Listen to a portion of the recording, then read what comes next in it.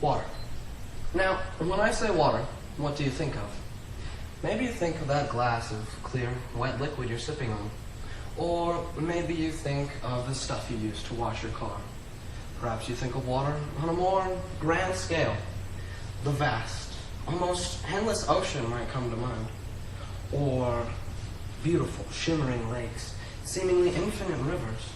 Well, I'm here to tell you that the current path we, humanity as a whole, are taking is a path that's going to create a world where those things are few and far between. Imagine, if you will, a world where water is scarce and thirst is plenty. Lakes and rivers are now cesspools filled with their own waste. The vast ocean is filled with garbage, and the once beautiful rainfall is an acidic abomination that is to be feared. This is the world we are creating for ourselves.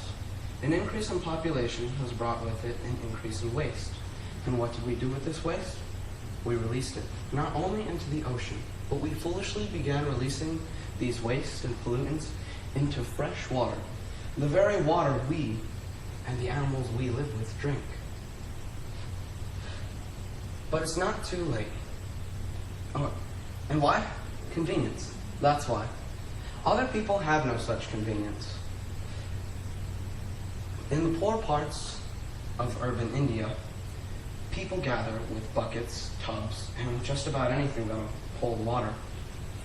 Men, women, elders, and children all gather around trucks that bring in water from outside the city limits, looking to get some of that ever so precious H2O, and some don't get any. But it's not too late. We can take steps to help not only ourselves, but the ecosystems we've been harming. We can look to recent events, such as the disaster that is Flint, Michigan. Simple water from the lake was tainted, and not just a little. The water was filled with deadly lead, and the people of Flint weren't even warned about it. As a matter of fact, anyone who bothered to ask questions was given a straight-up lie and a pat on the back. Now the people of Flint have been irreversibly damaged.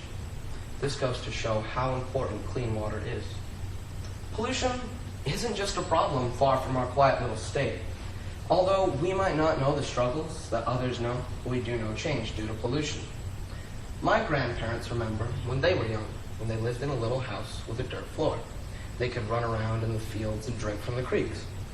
I also remember, when I was little, how much my family stressed that creek water was not for drinking. Many of the traditional water sources on my reservation have been shown to be contaminated with arsenic. At one spot near Slim Buttes, a spring was tested and showed positive for uranium contamination.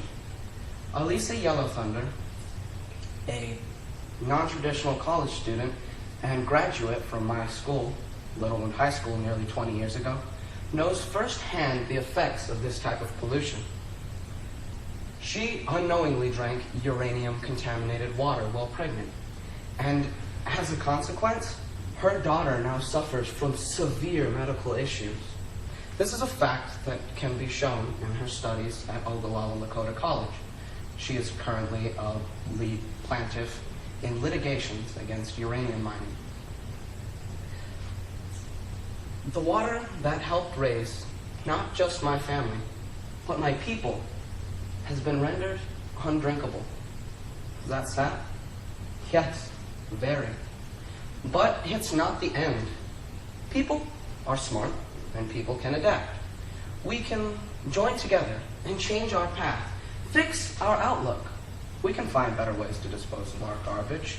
People can watch their water consumption. Ranchers can make sure that feedlots don't drain into streams as runoff. Farmers can take precautions to make sure that pesticides, herbicides, and fertilizers don't find their way into our clean water. All the little things add up. So, join me. Do your part and help make a better future, not just for us, but for generations to come. Thank you.